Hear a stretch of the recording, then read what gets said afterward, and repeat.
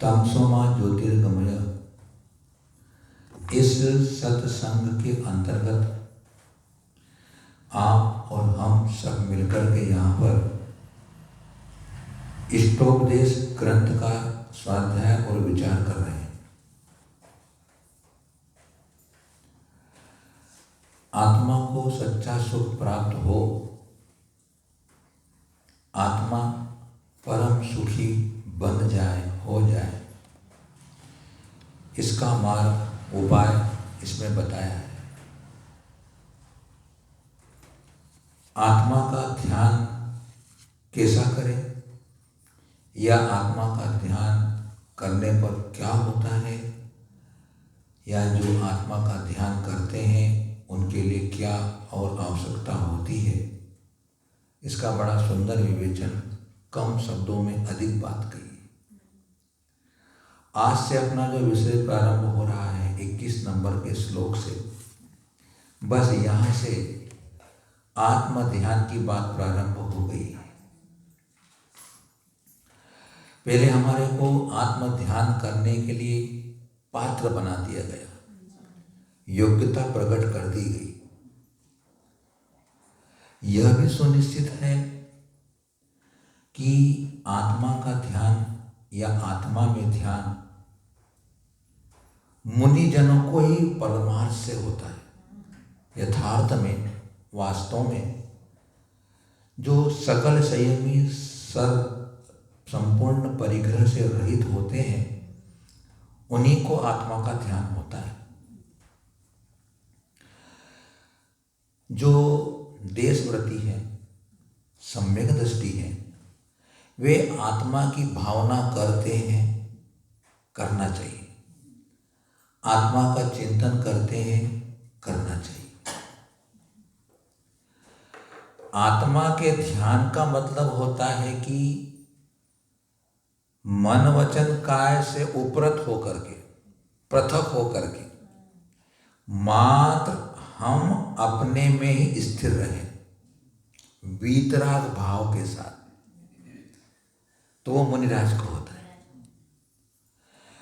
उनको उससे आत्मसिद्धि होती है। अब जब आत्मसिद्धि होती है तो आत्मिक सुख मिल जाता है। वर्तमान में आत्म ध्यान करते हुए परोक्ष रूप से आत्मिक सुख मिलता है,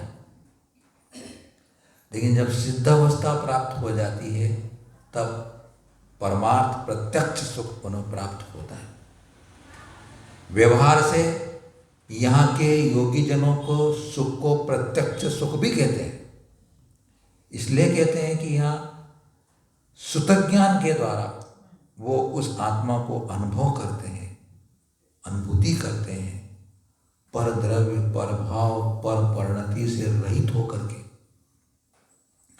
शरीर और आत्मा को पृथक करके जब आत्मा स्थित होते हैं तो वह जो आनंदानुभूति होती है वो उनके लिए प्रत्यक्ष, जैसे योगी प्रत्यक्ष कहते हैं।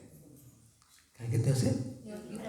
योगी प्रत्यक्ष। लेकिन आप जो इसका स्वाध्याय करने बैठे हैं, आपको जब इसका ज्ञान हो जाएगा, आत्मज्ञान, आत्मा का ज्ञान, आत्मा का कैसे विचार करना, कैसी तैयारी करना, तो आप भी जब अब सारे विकल्पों को छोड़ करके, पापों को छोड़ करके अगर एकाग्र होकर के अगर आप इन सब विषयों पर चिंतन करेंगे आप, तो आपको भी एक अनुभव अच्छा सा होगा।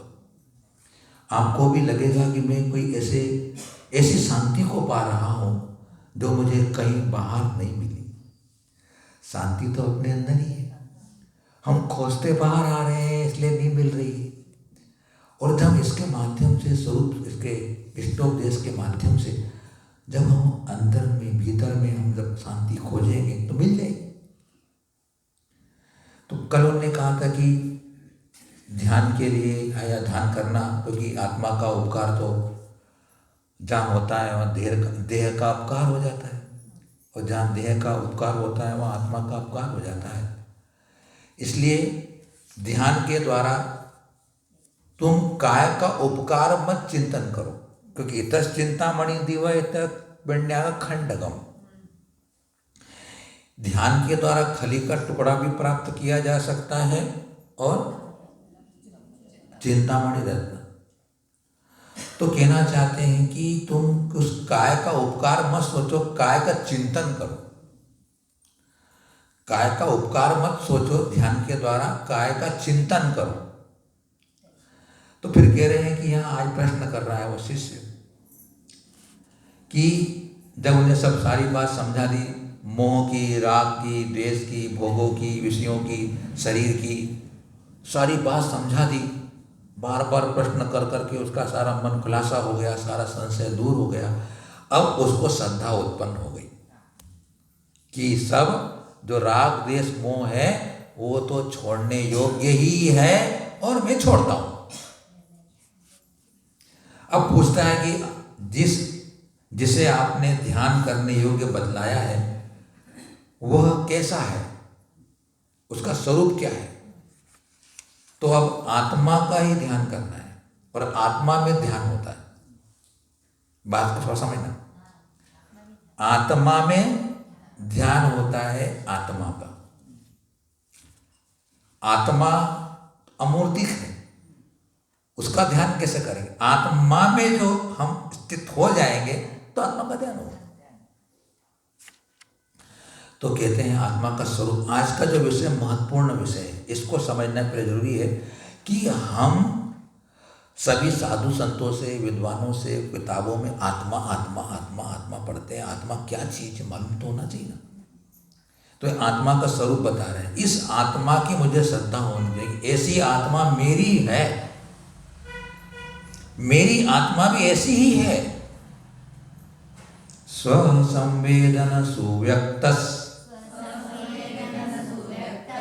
तनु मात्रो निरत्ययः अत्यंत सौख्यवानात्मा लोकालोक विलोकन। संवेदन सुव्यक्तस्तनु मात्रो निरत्यय अत्यंत सौख्यवानात्मा लोकालोक विलोकन। तनु मातो निरत्यय अत्यंत सौख्यवानात्मा लोकालोक विलोकन। 5 विशेषताओं से यह आत्मा का स्वरूप बताया गया है। नीचे की पंक्ति में आया आत्मा। आत्मा ने यह आत्मा संवेदन सुव्यक्त। स्व अने आत्मा, संवेदन अने अनुभव या ज्ञान। आत्म अनुभव द्वारा या आत्मज्ञान द्वारा सु अने स्पष्ट रूप से प्रकट होता है, व्यक्त होता है।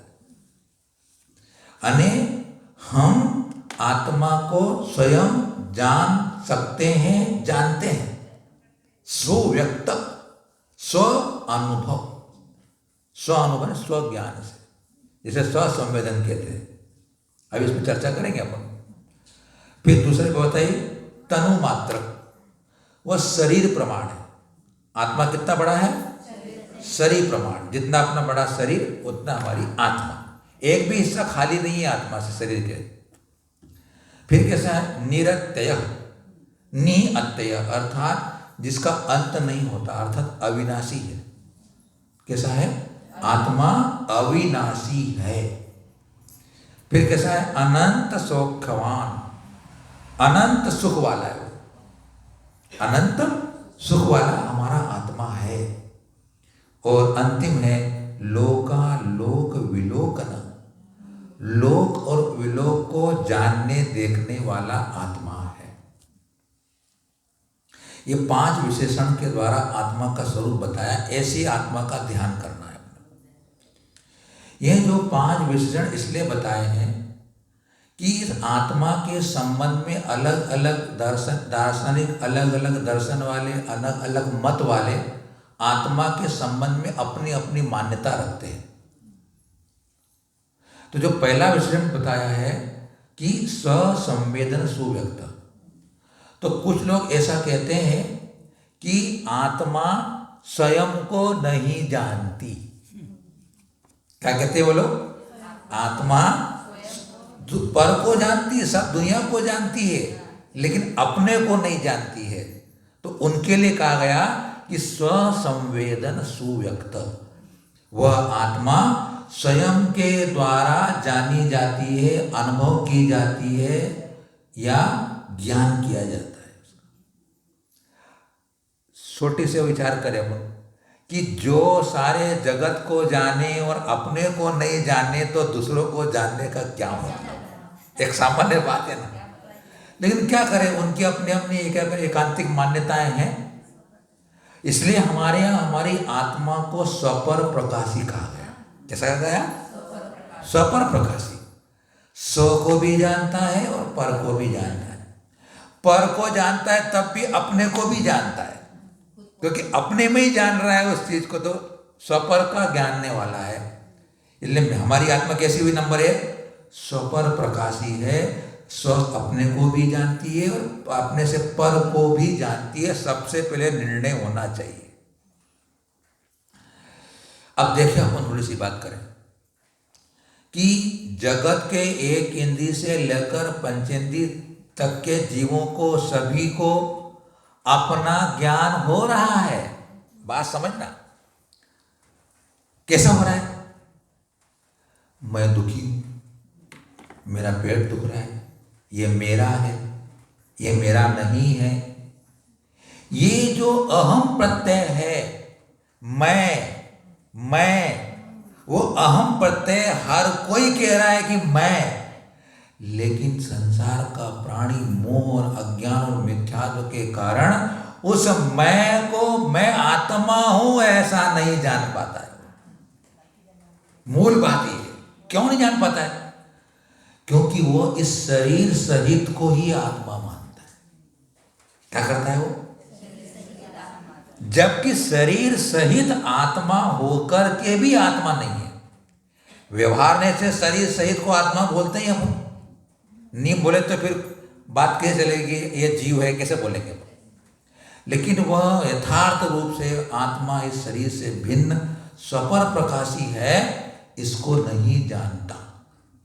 इसलिए कहा गया कि आत्मा स्वसंवेदन के द्वारा अनुभव की जाती है। जब वही जीव तत्व स्वरूप समझ लेता है, जिसका मिथ्या दूर हो जाता है, तो उसको मैं आत्मा हूं, अहम अस्मि, ऐसा जब उसको ज्ञान अनुभव शुद्ध ज्ञान के द्वारा हो जाता है। अब थोड़ा समझे, आज का विषय थोड़ा अच्छा है, समझना का है। सम्यक दर्शन हो जाने के बाद भी आत्मा अनुभव में आ रही है, आत्मा ज्ञान में आ रही है, लेकिन अभी उसे सराग अवस्था का आत्मा का ज्ञान हो रहा है। ये बात समझना है। श्रद्धा हो चुकी कि मेरी आत्मा शुद्ध बुद्ध नित्य निरंजन एक अखंड अविनाशी सबर प्रकाशी चैतन्यमयी ज्ञान ज्योति परम सुख का खजाना, श्रद्धा हो चुकी, अभी अनुभव नहीं हो रहा। श्रद्धा हो जाना काम की बात है। ज्ञान देखो, सुतक ज्ञान से जान तो रहा है।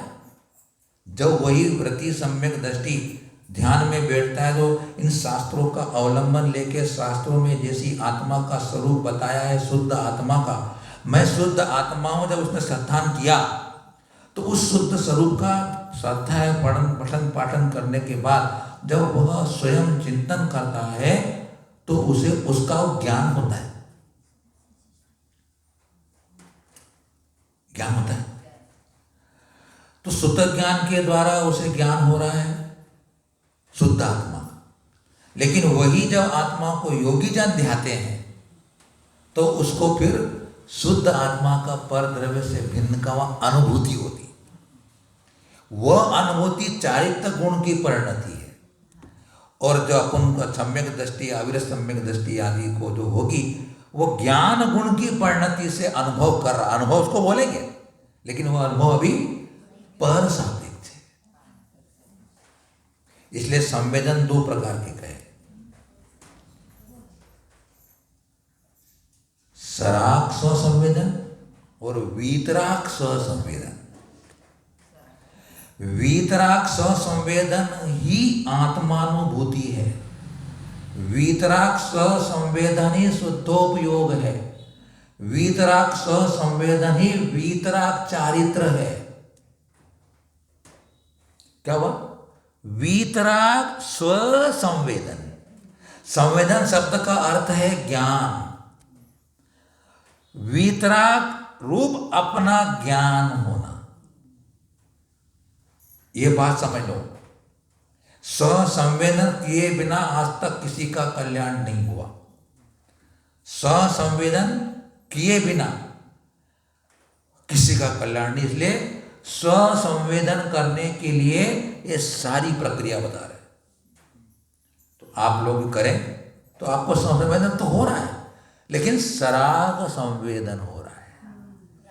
अभी आपके पास राग है, सवस्त्र है, परिग्रह है, राग होगा, लेकिन आपने उस राग को हे मान लिया है, इसलिए आपका वो राग का स्वामीपना छूट गया। लेकिन राग अभी अपने से हो रहा है। बात समझना। राग का जब तक स्वामीपना है, मैं रागी हूं, तो अभी आपने भेद नहीं किया। स्वामीपना छोड़ दिया आपने। मैं राग नहीं कर सकता, मैं रागी हूं नहीं, मेरा स्वभाव वीतराग स्वभाव है। लेकिन जो मैं राग कर रहा हूं कर्माधीन है।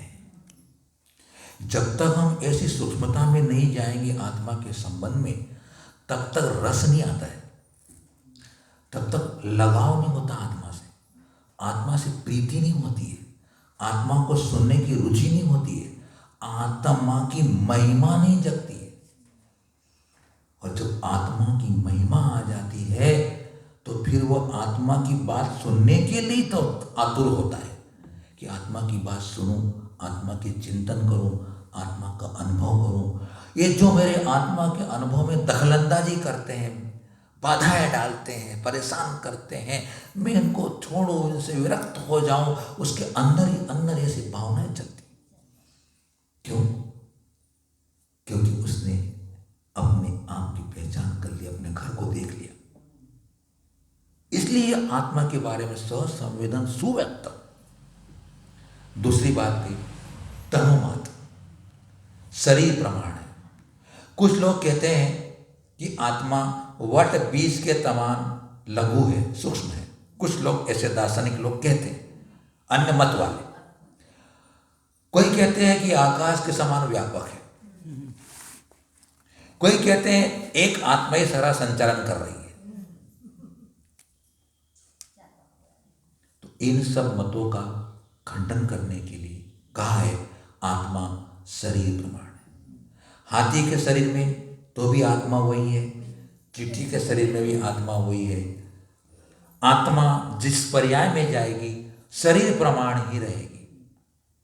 असंख्यात प्रदेशी आत्मा है, उसमें संकोच और विस्तार गुण होने के कारण उसके आत्मा के प्रदेश शरीर के अनुसार फैलते सिकुड़ते रहते हैं, लेकिन आत्मा के प्रदेश बढ़ते नहीं, असंख्यात प्रदेश ही रहता है।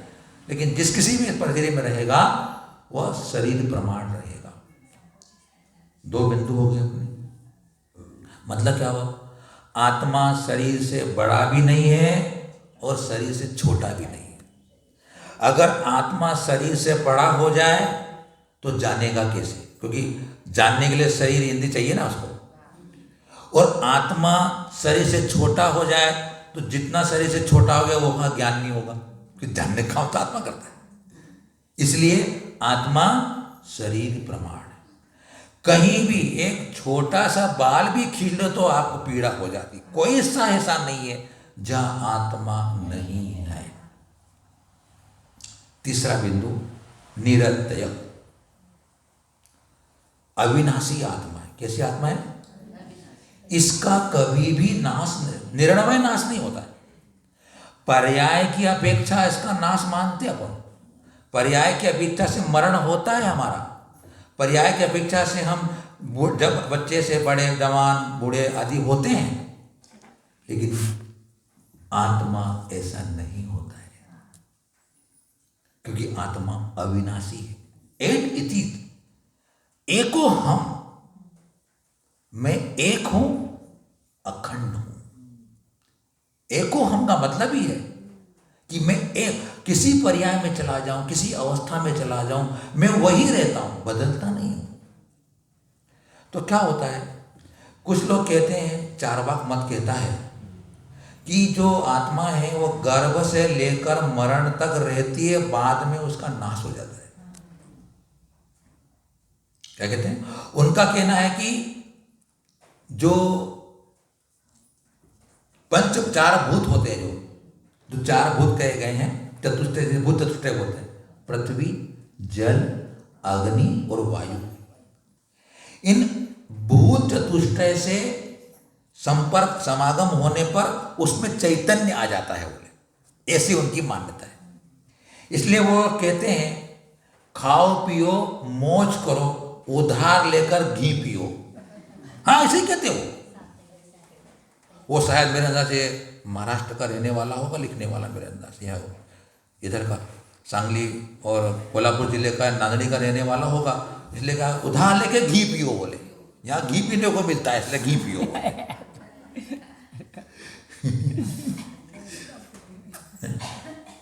मतलब क्या हुआ कि वह पुनर्जन्म नहीं मानता। कौन? चार्वाक मत। जो चतुरता से वाक पटुता करता है उसे चार्वाक कहते हैं। वो इतनी तरह से समझाता है आदमी को, वो गाफिल हो जाता है। बोले खाओ पियो ऐश करो मौजो मारो, मरने के बाद क्या मालूम मिलेगा कि नहीं मिलेगा, मिलता ही नहीं, बोले खत्म हो जाते हैं अपन, बोले। इसलिए इस भाव में जो मिला है डट के भो। एक मत ऐसा कहता है, लेकिन बौद्ध मत कहता है कि आत्मा क्षण क्षयी है। आत्मा क्षण क्षण में नाश को प्राप्त होता है। आत्मा क्षण क्षण में नष्ट हो जाता है, नष्ट होता है, क्षण क्षयी है। बौद्ध मत क्षणिक मत ही है ना, कि सब क्षण क्षण में प्रत्येक उत्पन्न होता है, नाश होता है, उत्पन्न होता है, नाश होता है, ऐसा बोलते हो। यानी वो द्रव्य का उत्पाद मानते हैं। देखिए हमारे यहां पर्याय का उत्पाद होता है। द्रव्य दृष्टि से देखें तो द्रव्य दृष्टि से आत्मा अविनाशी है, लेकिन पर्याय दृष्टि से उसमें उत्पाद वह होता है, इसलिए आत्मा विनाशिक भी होता है, लेकिन पर्यार्थिक नहीं से।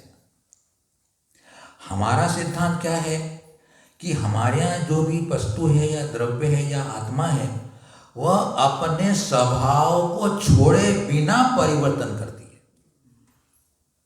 अपने स्वभाव को, स्वरूप को छोड़े बिना वह अन्य अन्य पर्यायों को प्राप्त होती है। और वो क्या कहते हैं कि जो पर्याय उत्पन्न नहीं हुई है वह नष्ट हो जाएगी, फिर नया पर्याय के रूप में आत्मा उत्पन्न होगी, फिर वो नष्ट हो जाएगी, फिर आत्मा उत्पन्न होगी, ऐसा वो कहना चाहते हैं। तो हमारा कहते हैं आत्मा सर्वथा नाश को प्राप्त नहीं होती। कैसा है? अविनाशी आत्मा है। जब अविनाशी आत्मा का मुझे श्रद्धान हो जाए तो मैं निशंक हो जाता हूं। कैसा हो जाता हूं? मैं निशंक हो जाता हूं, शंका रहित हो जाता हूं, मैं भय रहित हो जाता हूं कि मेरा नाश तो होना ही नहीं है। जो नाश होगा वो पर्याय का होगा, मैं पर्याय नहीं हूं, मैं आत्मा द्रव्य हूं। जब ऐसा चिंतना चलता है तो फिर वह निडर, निर्भय, निसंग हो जाता है और उसका आत्मबल, आत्मविश्वास मजबूत हो जाता है। इसलिए अविनाशी है आत्मा। अगला बात है अत्यंत सौख्यवान। बड़े बड़े विचित्र विचित्र यहां मत मतांतर है। वो कहते हैं सांख्य मत और योग मत, ये दो मत हैं। वर्तमान में बहुत कम है, अपने किसी किसी बड़े देशों में होंगे, ज़्यादा उनका भी वर्तमान में नहीं है। लेकिन जो 363 मत चले थे उसमें से मरीचि कुमार ने ये सांख्य मत ही चलाया था। चला था ने सांख्य मत। सांख्य मत की मान्यता क्या है कि सब प्रकृति करती है, चैतन्य ज्ञान शून्य मात्र है। बोले चैतन्य कुछ नहीं करता, बोले कुछ जानता नहीं, वो सब प्रकृति करती है। बोले कौन कहता है? सांख्य मत। अर्थात वह अपने चैतन्य को सदा शुद्ध मानता है। मेरा चैतन्य, इसलिए कुन स्वामी ने समय सार में सांख्य मत का खंडन किया। कुन स्वामी, अगर कोई व्यक्ति गुरुजनों के बिना समय सार पढ़ने बैठ जाए तो वह अपनी आत्मा को सदा शुद्ध ही मानने लग जाए, कि उसमें विवेचन ही ऐसा है। इसलिए जब कभी भी आत्मा को समझना हो, आत्मा के शास्त्र का ज्ञान करना हो, तो किसी गुरु से ही करना। कुछ लोगों ने गुरु का बिना सहारा लिया और समय सार को पी गए, बोले हम तो हमारे समय सार पिया हुआ है। कितने बार पढ़ा? बोले मैंने 100 बार समय सार पढ़ डाला। पढ़ डाला। तो आचार्य विद्यासागर जी महाराज कहते हैं, मैंने एक ही बार समय सार पढ़ा और मेरे कपड़े छूट गए।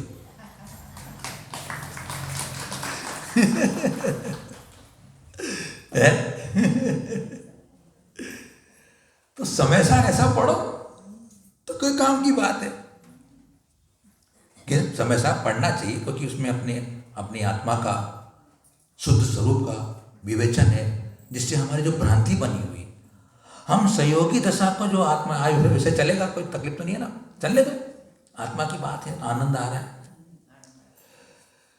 हम सहयोगी दशा को ही आत्मा मानते आ रहे हैं। संयोग सहित आत्मा को आत्मा कहते हैं, मैं आत्मा हूं, आत्मा, लेकिन हम क्या कर रहे हैं? संयोग दशा को आत्मा मान रहे हैं कि संयोग दशा वाली आत्मा नहीं है। वह आत्मा की अवस्था हो सकती है, पर्याय है। आत्मा तो एक द्रव्य है, आत्मा एक तत्व है, आत्मा एक पदार्थ है, तो वो इन सबसे अलग होगा। सांख्य मत कहता है कि जितने कर्म प्रकृतियां सब वोज करती है, आत्मा कुछ नहीं करता, सदा शुद्ध है बोले। तो उनके यहाँ समाजतंत्र में कहा कि है सांख्य मत वालों, अगर तुम कहते हो कि आत्मा सदा शुद्ध है, तो उनके मत में तपस्या और ध्यान आदि की व्यवस्था भी है उनके शास्त्रों में। तो हमारे आचार्य कहते हैं, अरे तुम जब चैतन्य को, आत्मा को शुद्ध ही मान रहे हो सदा काल, फिर तुम ये ध्यान, ये तपस्या आदि क्यों कर रहे हो? तुम जब तुम्हारी आत्मा शुद्ध ही है तो ये क्यों करना पड़ रहा है तुम्हारे? शुद्ध के लिए अपने को तपस्या करना पड़ता है और ध्यान करना पड़ता है। तो तुम आत्मा को शुद्ध ही मानते हो तो फिर तपस्या क्यों करते हो? तो उनकी बात का सब खंडन करते हैं। लेकिन क्या करें, वो अपने तर्क वितर्क देते हैं, लेकिन हमारे आचार्य हर तर्क का आगम युक्ति के साथ प्रमाण दे करके उसका समाधान करते हैं। ये जैन सिद्धांत का, अनेकांशवाद का एक प्रमुख बात है। इसीलिए हमें को जैन मत की जो आत्मा का स्वरूप है उसको समझना है। इसलिए बता रहे हैं, कहीं मेरी ऐसी मान्यता तो नहीं कि आत्मा छोटी सी है, आत्मा बड़ी है, आत्मा को सुख नहीं होता है। तो ये आत्मा को कहा अनंत सौख्यवान आत्मा, अनंत सुख वाला आत्मा है। उनको कह रहे हैं, क्यों कह रहे हैं? वो कहते हैं कि मोक्ष होने के बाद आत्मा को सुख गुण का अभाव हो जाता है। बताओ आप, कौन बोलते हैं? सांख्यवादी लोग, योग वाले। मुक्त होने के बाद आत्मा के सुख गुण का नाश हो जाता है। अरे भले मानुष, तो सोच, थोड़ा सा सोच।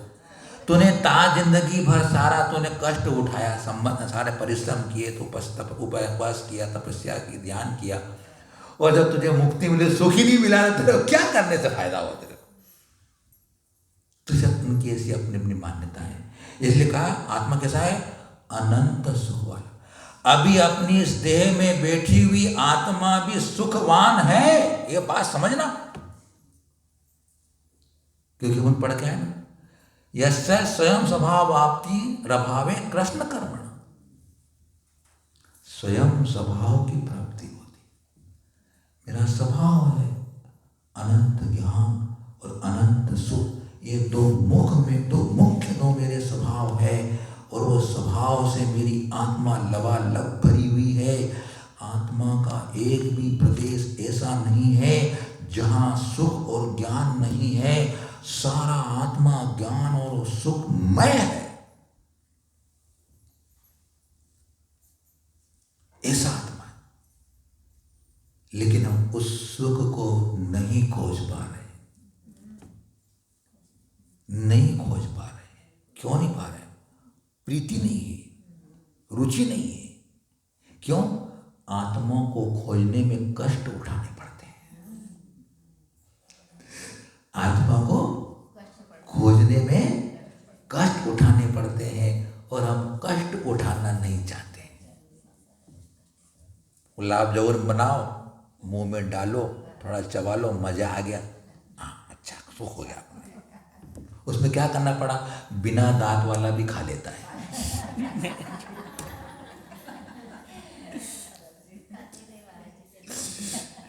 खूब खाए, मेरे खूब महाराज की प्रिय डिश थी, खूब खाए घर में, बहुत प्रिय था। समय क्या करें, समय है, परिवर्तनशील जमाना हो, समय है। तो अपने को आज आनंद हो गया ना, कि आज अपने को ज्ञान तो हो गया कि मैं सुख वाला हूं, अनंत सुख वाला हूं मैं। एक दो समय का, 2 समय का, 4 समय का, छोटा मोटा नहीं, अनंत। जब कभी सुख गुण प्रकट होगा तो कभी नाशी नहीं होगा।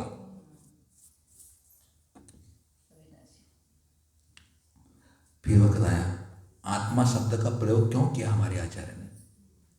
आत्मा शब्द का प्रयोग इसलिए किया कि जो नैरात्मवादी बौद्ध मतीय है, क्योंकि बौद्ध मत में भी बहुत सारे मत हैं। ये क्या है, जो न्याय के ग्रंथ होते हैं ना, उन सब में इन अन्य मतावलंबियों के मतों का वर्णन आता है। जैसे प्रमेय कमल मार्तंड हुआ है, और ऐसे बहुत से ग्रंथ हुए हैं जो कि न्याय ग्रंथ हैं।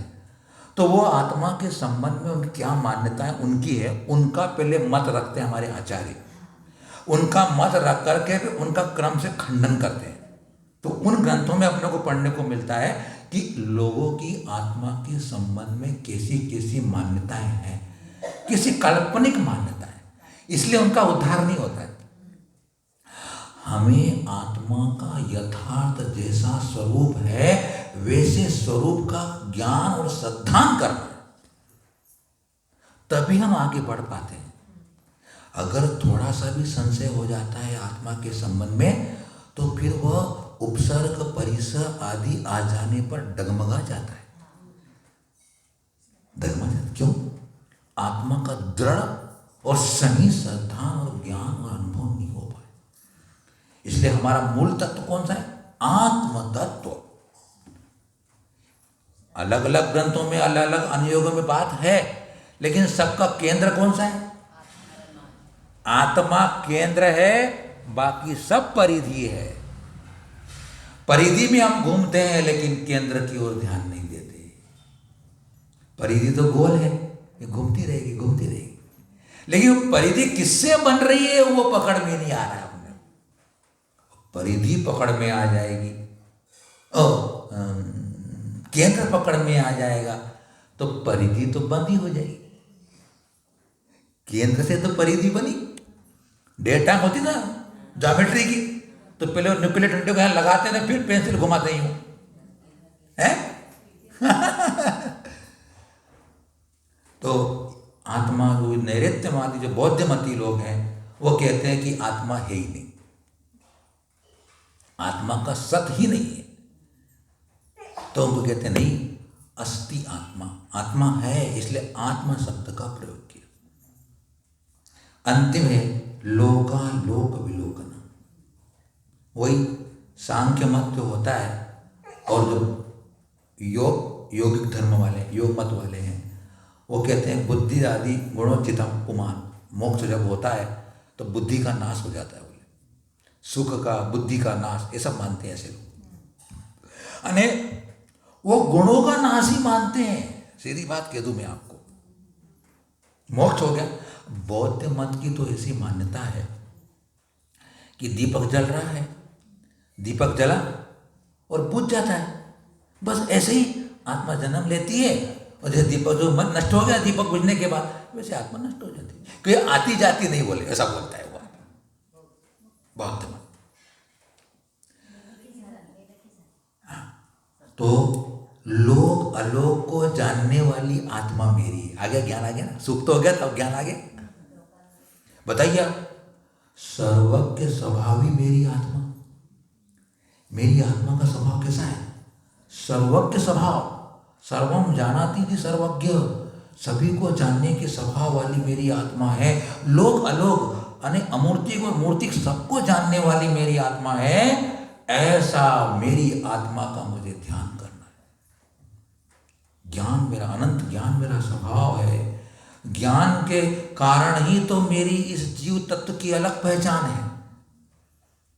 जगत में जितने तत्व द्रव्य पदार्थ हैं, उन सब में से अगर कोई असाधारण गुण किसी चेतन में, जीव में है, तो एक क्या चीज है? ज्ञान। और बहुत से गुण हैं जो आत्मा में भी है, जड़ में भी है, अमूर्तिक पदार्थों में भी है, लेकिन ज्ञान एक ऐसा अमूल्य निधि हमारे पास है जो और किसी भी द्रव्य में नहीं है। इसलिए जो आत्मा का जो अनुभव है, तो अब बात करते हैं ससंवेदन की। स्वयं में स्थित, स्वयं के द्वारा स्वयं का ध्यान करना। स्वयं में स्थित, स्वयं के द्वारा स्वयं का ध्यान करना, उसे स्वसंवेदन कहते हैं। यही मेरा लक्ष्य होना चाहिए, क्योंकि मैं पर का ही वेदन कर रहा हूं, कर्म के फल का ही वेदन कर रहा हूं, शरीर का ही वेदन करता हूं। शरीर के पीछे कितने विकल्प जाते हैं, शरीर संबंधित जितने परिकार है उसका ही मैं चिंतन करता हूं। लेकिन स्वसंवेदन, पर द्रव्य, पर भाव, पर परिणति से भिन्न एक, जहां ध्यान ध्याता ध्येय कौन विकल्प वेदना, जहां ध्यान ध्याता और ध्येय का विकल्प नहीं रहता है, आत्मा आत्मा में आत्मा के द्वारा निश्चल निमग्न हो जाता है, जहाँ मन वचन काज से भी उसकी विपत्ति हो जाती है, स्वस्थ हो जाता है। बस वही है स्वसंवेदन। वो मुझे करना है, वो मेरा लक्ष्य है, प्राप्तव्य है। उसी के लिए मैं सारी स्वाध्याय कर रहा हूँ।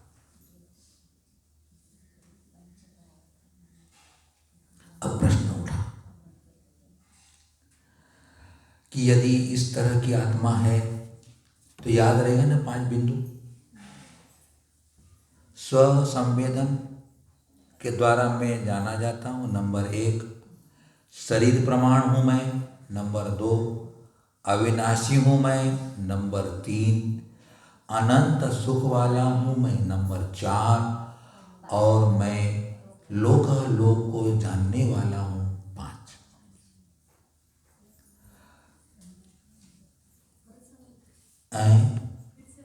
फिर से नंबर 1, स्वसंवेदन के द्वारा अनुभव किया जाता हूं। स्वसंवेदन के द्वारा अनुभव किया जाता हूं। शरीर के प्रमाण हूं मैं, निज शरीर के प्रमाण हूं मैं। फिर अविनाशी हूं मैं, अविनाशी हूं मैं। अनंत सुख वाला हूं मैं, अनंत सुख वाला हूं मैं। और लोकालोक को जानने वाला हूं। 5वां बिंदु, लोकालोक को जानने वाला हूं। ये 5 बिंदु को अगर जैसे अपन ध्यान कर रहे हैं, इन्हीं को आप दोहराओगे बार बार इसी की भावना करते हो, इसी का चिंतन करते हो, तो वो आपका आत्मचिंतन होगा, वह आपकी आत्म भावना होगी। और उस आत्म भावना के करते समय जो आपके अशुभ कर्मों की निजरा होगी, असंख्यात गुणी कर्मों की निजरा होगी। क्यों? क्योंकि पर का अवलंबन लेके आप स्वावलंबी बने हो। पर का अवलंबन लेने में अनेक प्रकार की चंचलता हो सकती है, लेकिन स्व का अवलंबन लेके जब हम चिंतन करते हैं, विचार करते हैं, आत्मा का आश्रय लेकर के, तो एक विशुद्धि, अनंत गुणी विशुद्धि बनती है। विशुद्धि बनती है, वो विशुद्धि हमारे कर्मों की निजरा करती है, शांति का अनुभव होता है, सुख का अनुभव होता है, आत्मविश्वास बढ़ता है, आत्मश्रद्धा बढ़ती है।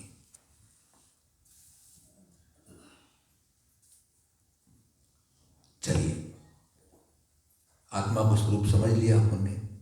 अब कहते शिष्य कि इस तरह की आत्मा की उपासना कैसी होनी चाहिए, कैसी करनी चाहिए। आपने आत्मा बता दिया, मैं उसकी उपासना कैसे करूं? तो आप लोग समझ रहे हैं कि उपासना मतलब बोलना निरंतर भगवान की उपासना करनी चाहिए। मतलब क्या हुआ? नहीं, पूजा करना चाहिए, है ना। उपासना मतलब यहाँ पूजा नहीं करना अपने को। यह उपासना का मतलब क्या कहते हैं कि आत्म ध्यान या आत्म भावना करने का उपाय पूछ रहा है शिष्य। उपासना का अर्थ पूजा भी होता है। अष्टक बोलते ना, वो अष्टक। आत्मा की पूजा कैसे करेंगे, वो तो अब दिखती नहीं अपने को। नहीं, उपासना मतलब ध्यान के अंदर आत्म ध्यान या आत्म चिंतन, आत्म भावना, यह क्या है? उपासना है अपने लिए। वस्तुतः देखें तो भगवान की पूजा करने में भी हम अपनी ही उपासना करते हैं। बात समझ में नहीं आ रही होगी, आप गले में थोड़ी कठिन से उतरेगी। भगवान की उपासना करने में भी अपनी उपासना होती है। अगर तुमने मात्र भगवान की उपासना करी और तुम्हारी उपासना नहीं करे तो पूजा काम नहीं करेगी। पूजक पूज्य की पूजा पूज्य बनने के लिए करता है। बात समझ में आई कि नहीं आई? भगवान तो भगवान बन गए। भगवान को अब कोई पूजा से लेना देना नहीं है। तुम पूजा नहीं करोगे तो भी वो नाराज नहीं होते हैं, और पूजा करोगे तो भी वो खुश नहीं होते। भगवान तो हो गए वितरागी, उनको पूजा से लेना देना नहीं है। लेकिन मैं भगवान तुम्हारी पूजा इसलिए कर रहा हूं कि मैं भी पूज्य बनना चाहता हूं, मेरे में भी पूज्यता की प्रकटता करना चाहता हूं। अर्थात जो आपने अपने में गुण प्रकट कर लिए हैं, अनंत तुष्ट स्वरूप, वह अनंत तुष्ट में भी प्रकट करने की इच्छा रख करके तुम्हारे चरणों में आ रहा हूं।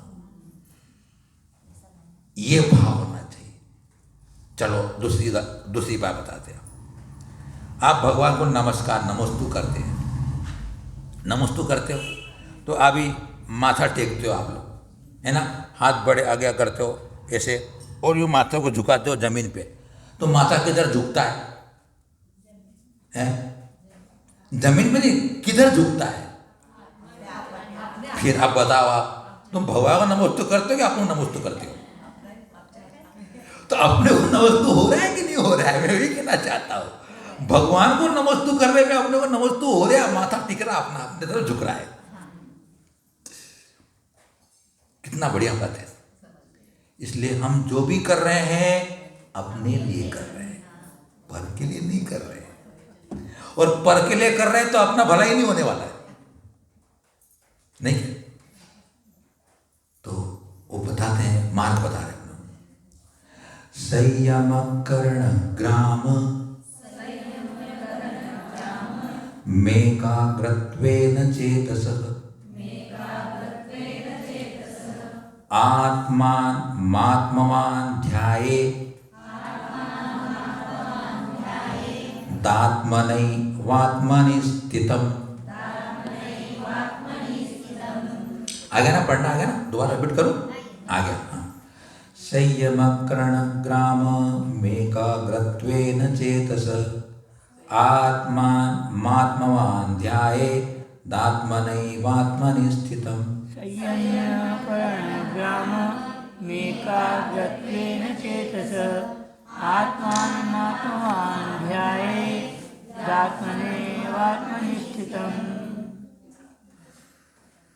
अब उस आत्मा का ध्यान, आत्मा का चिंतन, आत्मा की उपासना करने के लिए सबसे पहले क्या कहा उन्होंने कि आत्मवान, नीचे की पंक्ति में ना, आत्मवान यानी आत्मा, कर्ता वही है, आत्मवान ने जो आत्मा को रखने वाला, आत्मा ने करता जीव।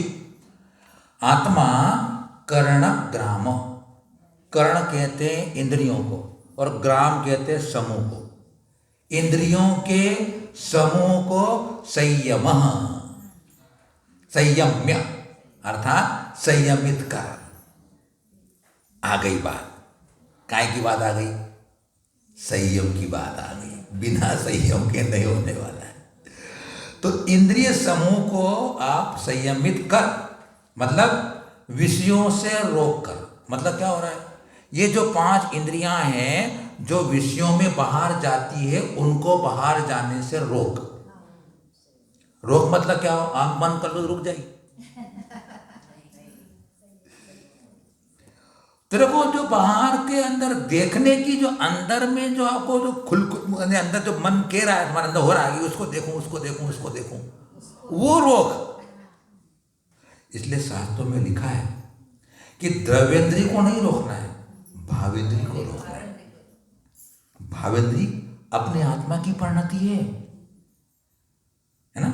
लब्धि उपयोग भावेंद्रिय, लब्धि और उपयोग। उपयोग कौन है?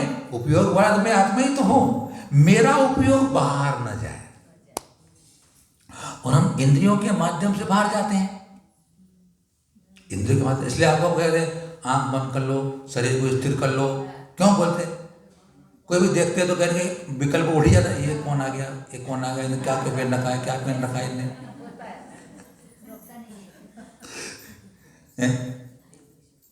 तो इंद्रियों के विषयों को रोक। चेतस, चेतस ने चित्त की, अने मन की। चेतस ने चित्त को लगाना, मन लगाना। मन की एकाग्रत्वेन, एकाग्रता से, यानी 5 इंद्रियों को संयमित करना है और मन को एकाग्र करना है। एकाग्र करने से आत्मनि, आत्मा में स्थितम, स्थित होकर, आत्मा में स्थित होकर, आत्मना एव, अपने आत्मा द्वारा ही, कर्ण तृतीय कर्ण का विग्रह इसका, आत्मा के द्वारा, अपनी आत्मा के द्वारा, आत्मा में स्थित होकर के, आत्मा के द्वारा, आत्मानम, अपने आत्मा का ध्याये, चिंतन करे, ध्यान करे। कितना सरल है। क्या करना है आपने? कुछ नहीं करना है। 5 इंद्रिय को संयमित करके मन को एकाग्र करना है। तो क्या होगा? जब मन आत्मा में एकाग्र हो जाए, आत्मा में स्थित, आत्मा के द्वारा आत्मा का चिंतन करना है। तो मन का टारगेट क्या हो गया? क्योंकि इंद्रियां देखो, उपयोग एक समय में एक होता है। अगर आपने इंद्रियों को बाहर के व्यापार में लगाया है तो अंदर का व्यापार नहीं चलेगा, नहीं चलेगा। और अंदर के व्यापार में चली गई तो बाहर का व्यापार कैसे चलेगा? नहीं चलेगा। तो आपने इंद्रियों को तो बंद कर दिया, इंद्रियों का व्यापार बंद कर दिया आपने, क्योंकि अपने अपने अपने उनको नहीं, मैं किसी भी इंद्रियों के द्वारा बाहर जाने नहीं दूंगा अपने मन को, संकल्प कर लिया। क्योंकि संयम का मतलब संकल्प होता है, मैं नहीं जाने दूंगा। और फिर अपने मन, अब मन भटकता है तो मन को तो कोई काम चाहिए ना। मन एक ऐसा दैत्य है कि उसको कोई काम चाहिए, कोई काम चाहिए उसको। अगर बाहर का काम हो तो बाहर काम करेगा, अंदर काम करो अंदर काम करेगा। तो अब उसको क्या करा? तेरे को अंदर का काम करना है, बाहर काम नहीं करना।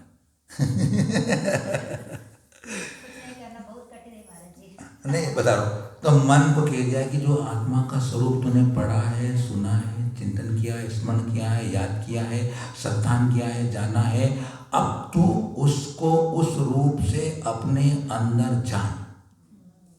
क्योंकि अभी तो अपना काम मन ही करेगा ना। अभी हम जितना भी, क्योंकि ध्यान का मतलब क्या है? एकाग्र चिंता निरोधो ध्यान। मतलब मन का किसी एक अग्र पर रोकने का नाम ध्यान। अब वो ध्यान ज्ञान के बिना नहीं होता, ध्यान ज्ञान के बिना नहीं होता। अब जब वो ज्ञान रुक जाता है, ज्ञान स्थिर हो जाता है, ज्ञान अचल हो जाता है किसी भी वस्तु का, तो उसका नाम ध्यान हो जाता है। ज्ञान जब स्थिर हो गया, मैं मन के द्वारा सूतक ज्ञान से मैं उसको जान रहा हूं, उसी को मन को आत्मा के स्वरूप से हटा नहीं रहा। तो ऐसा करते करते करते करते करते वो मन आत्मा में विलीन हो जाता है। फिर आत्मा और मन समाप्त हो गया। जब आत्मा में मन विलीन हो जाता है, अब सहज ज्ञान चल रहा है, सहज हो रहा है। अब मन काम नहीं कर रहा है, सहज हो रहा है। मतलब जो मेरा जानन स्वभाव है वह सब जान रहा है। प्रयत्न अब नहीं हो रहा है। जो प्रयत्न करना था वो कर चुके, अभ्यास करना था कर चुके, साधना करना था कर चुके। साधना करते करते करते करते करते करते अब वो इतनी साधना परिपक्व हो चुकी कि अब वो स्थिर हो गए। कोई भी चीज की आपको साधना रिहर्सल करनी पड़ती है, रियाज करनी पड़ती है। वर्धमान पहलवान हो गया है, क्या करे, उसे रोज जाना ही पड़ता है। काय के लिए, क्या बोलते उसको, तालीम के लिए हैं। और नहीं तालीम करे तो अगले पहलवान से लड़ाई नहीं कर सकता। संगीतकार जो होते हैं, संगीत सिखाते भी हो, संगीत कराते भी हैं, उनको भी रोज रियाज करनी पड़ती है, उसको रियाज बोलते हैं। धावक जो होते हैं एशियाड में खेलने वाले, और उनको भी रोज दौड़ना ही पड़ता है। क्यों?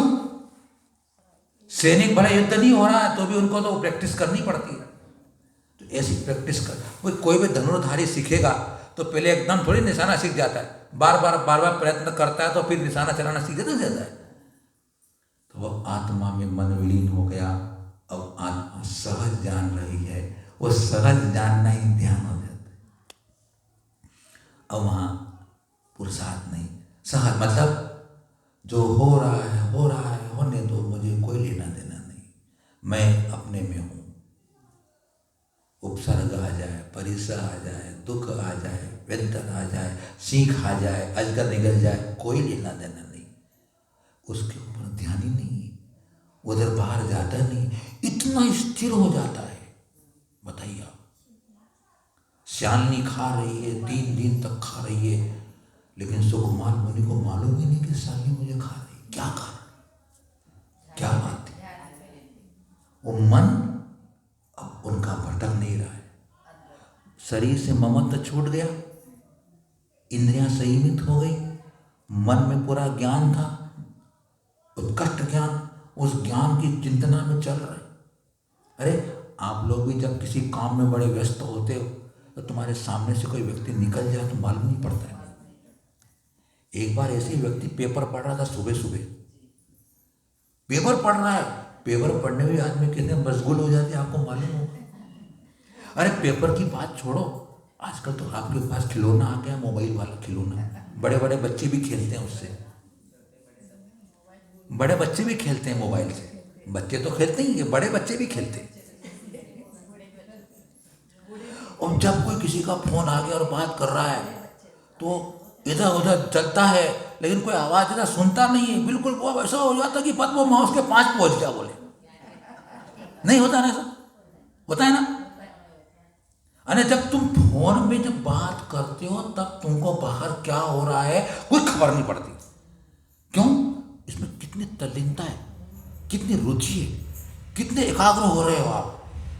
तो जब संसार के कामों में इतना एकाग्र हो जाते हो तो क्या मोक्ष मार्ग में एकाग्र नहीं हो सकता? हो सकता है, हो सकता है। आप लोग भाकरी बनाते हो, भाकरी बनाते बनाते कभी कभी कोई चूक हो जाए और तवे के ऊपर से उंगली लग जाए तुम्हारी, मालूम नहीं पड़ता है। क्यों? उपयोग। इसलिए उपयोग जब उपयोग में हो जाए, क्या बात है। देखो मजे की बात, संविधान में क्या कहा, समान अधिकार में उपयोग उपयोग में है, उपयोग में क्रोध नहीं है, क्रोध क्रोध में है, क्रोध में उपयोग नहीं है। संवर अधिकार कहां होगा? जब वह निर्विकल्प समाधि में पहुंचेगा, जब उसे उपयोग में क्रोध नहीं आएगा। हमारे उपयोग में क्रोध आ जाता है, हम क्रोधित हो जाते हैं। मतलब क्या हो, क्रोध कोई अलग चीज है, उपयोग कोई अलग चीज है। वेद विज्ञान की धारा है। अगर क्रोध उपयोग होता तो क्रोध होने पर उपयोग उसको होना ही था, लेकिन क्रोध जड़ की परिणति है। गुस्सा जड़ की परिणति है और मैं चैतन्य हूं, मेरी परिणति नहीं है, मेरा उसमें कोई अस्तित्व नहीं है, मेरा उससे कोई संबंध नहीं है। वह जड़ पदार्थ बाह्य है, मैं उन सब से भिन्न उपयोगमय। अगर क्रोध उपयोग रूप होता तो फिर क्रोध का नाश नहीं होना चाहिए था। क्रोध का नाश हो जाता है, उपयोग का नाश नहीं होता है। मतलब उपयोग कोई शाश्वत चीज है, उपयोग कोई क्षणिक चीज, क्रोध कोई क्षणिक चीज है, वो नाश को प्राप्त होती है। ऐसी जब आत्मा की ऐसी प्रगाढ़ आस्था बनती जाती है, तब वह जीवंत समय सार हो जाता है। उस बल पे कर्मों की झड़ियां लग जाती है, अंतर्मूर्त में कर्मों की झड़ियां टूट जाती है और आत्मा शुद्ध अवस्था को प्राप्त हो जाती है। बहुत आनंद आया आज चर्चा कर, बहुत आनंद आया। गुरु ने सिखाया था हमको बहुत पहले, आप जैसे श्रोता मिलते नहीं थे, हम आपने को क्या कर रहे हो। तो आज अपना इतना ही करेंगे। अगर आपने को 2-4 मिनट हमें